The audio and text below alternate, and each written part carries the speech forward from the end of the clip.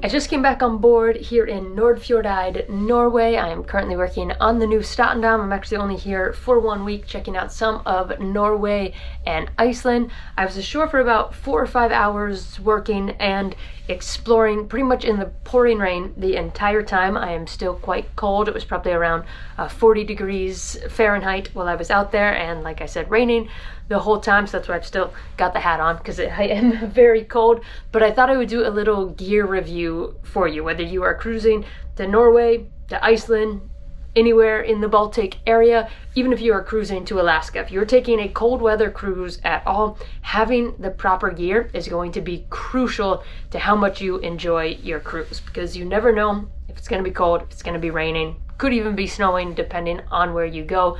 So you really need to have the proper gear. Today we were tendering, and I saw people coming down to the tender with just like a very light sweater was their only jacket that they had.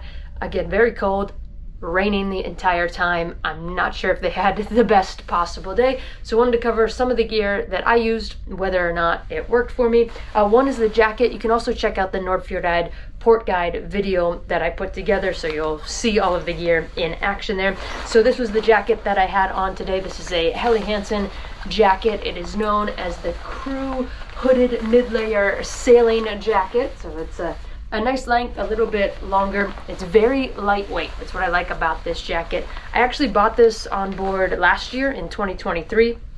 Not sure if we sell it on board anymore.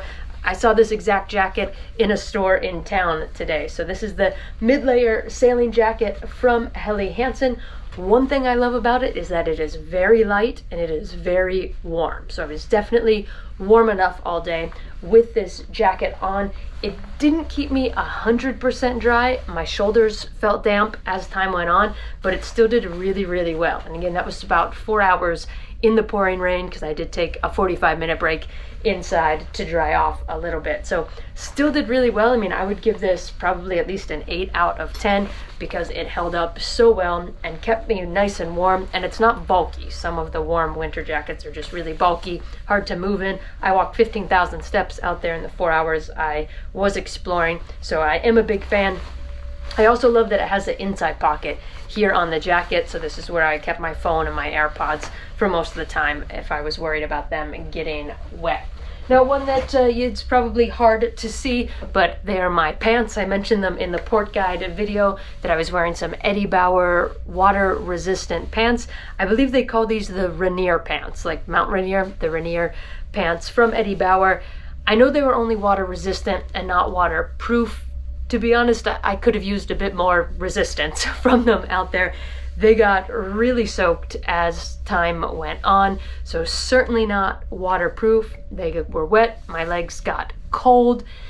So there is that aspect, but what I really like about them is that they dry so fast. So I had 45 minutes where I was in a mall, walking around, sitting in a coffee shop, having a snack, and my pants were soaked when I walked in, and they were completely dry by the time I left. So they do dry really quickly, which is great. If you plan on taking a break, eating lunch, grabbing a coffee somewhere, that's a great chance to dry off before your next explorations. These are actually my favorite pants for days that the ship visits Glacier Bay. I work a lot in Alaska. It can be very rainy there.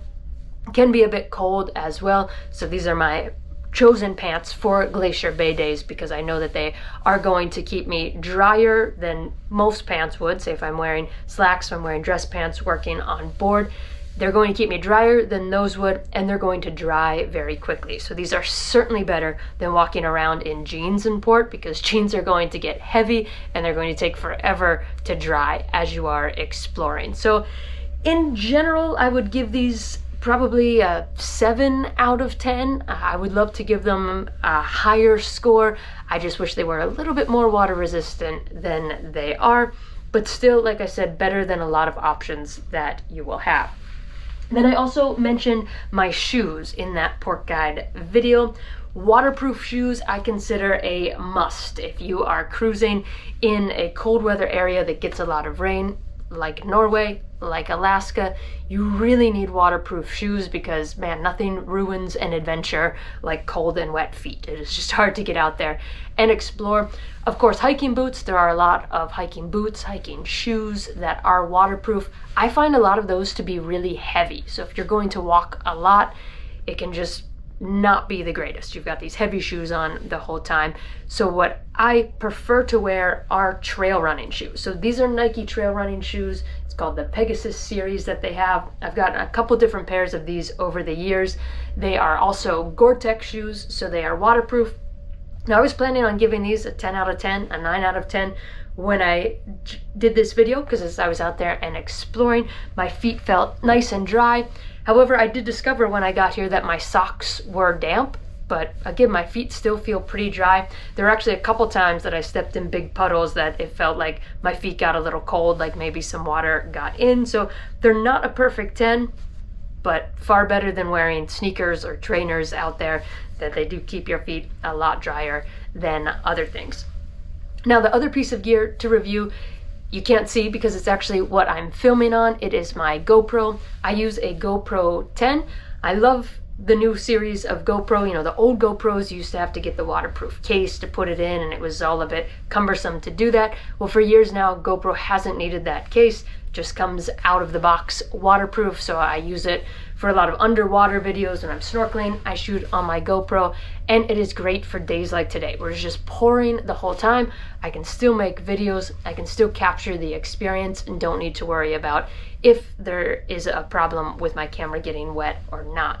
I used about 2 batteries out there today as I was filming. I would love a longer battery life, but especially on a cold, damp day, they just rip through those batteries a bit faster than I would like. So I have 3 batteries in total and used 2 of them while I was out there. So always make sure you take extra batteries. But I love the durability of GoPro, the ease of use. After my battery ran out, I also accidentally dropped my camera on its face on the asphalt, and it's still good to go. No damage. As far as I know, I guess I'll find out when we check the footage and see if there's anything wrong with the camera. But they're just so durable. You can drop them, you can shoot in the rain, in the snow, any type of weather. So they're a great option, a great camera to have. So hopefully that helps you out. If you are taking a cold weather cruise, really spend some time thinking about the gear that you're taking. When I sail in Alaska, I actually have a pair of pull-on waterproof rain pants that I can wear over any outfit. So if I'm going out to the gangway to greet people as they're coming off the ship and it's pouring rain, I can just pull those on over my uniform. So that's a great option as well. There's some really lightweight options available, like rain suits that go on over your clothes, so definitely think about that. But I can't recommend highly enough that you get waterproof footwear. If you are cruising to any cold, wet climate, it is going to make a huge difference whether or not you enjoy your adventures while you are out in port. So make sure you do that. And of course, the Glacier Bay hat always gets a 10 out of 10. This is one of my favorites from Glacier Bay, bought from Alaska Geographic when the park rangers come on board when we sail in Alaska. So I hope you found this video helpful. You should come to Norway sometime. Nordfjordeid is beautiful. Make sure you check out the port video that I made there, the port guide, so you can see what to see and do and explore when you come to Nordfjordeid.